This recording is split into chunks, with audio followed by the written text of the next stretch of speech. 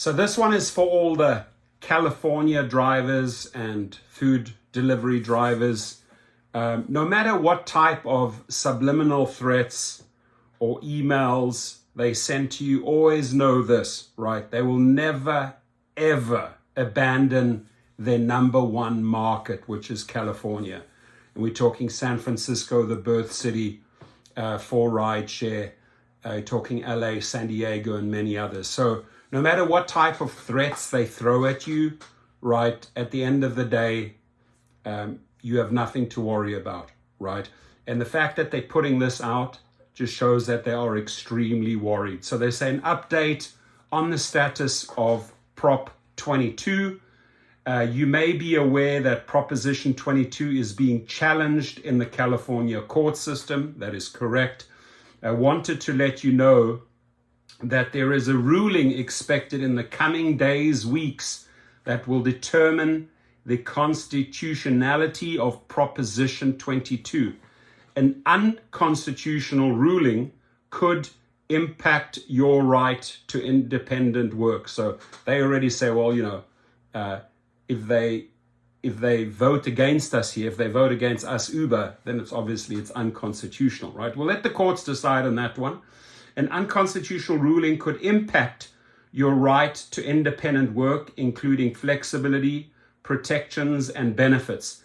As soon as the ruling is issued, we will let you know the result and how the ruling might impact you, right?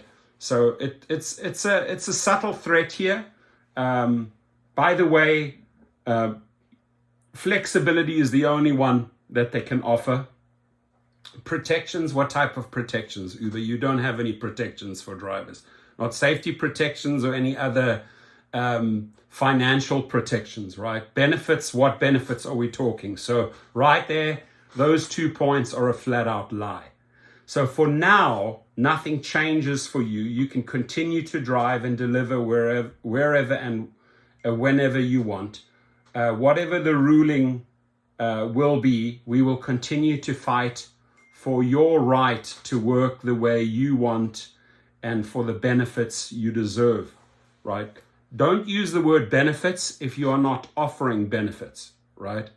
They have all these conditions built in where you might get a fraction of benefits, right?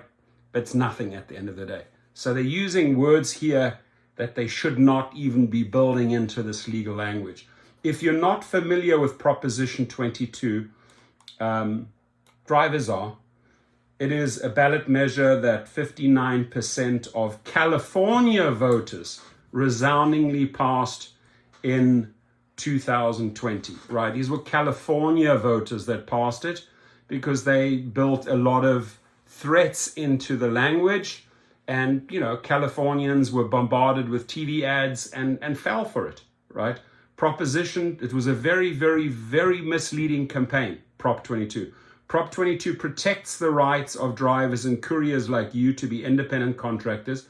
Don't use the word independent contractor, Uber, when you're not treating drivers as true independent contractors. In this 1 year after 2020, we were semi-independent contractors because they had the multiplier and allowed California drivers to set their own rates. They took that away. I want to remind Uber, you took that away. So never, how dare you even use the word independent contractor.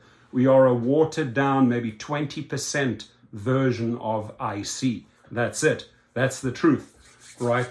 So it requires rideshare and delivery companies to provide benefits and protections, which you're not providing anyway. Nothing substantial whatsoever, including a minimum earnings guarantee. Thank you for driving and delivering with Uber. The work you do helps keep your cities and communities moving. Camille Irving, head of U.S. ride-sharing operation. Let me just tell you, Camille, you're full of shit, right? You're full of shit. So no matter how this goes, Uber's going to have to pull up their socks, right? You're not going to be kicked off the platform or you're not going to have your flexibility taken away. No one's taking that away from you. What they're fighting for is additional rights, benefits, etc. True benefits, right? True financial aid at the end of the day is what they are fighting for, right? So we'll see how the chips fall here.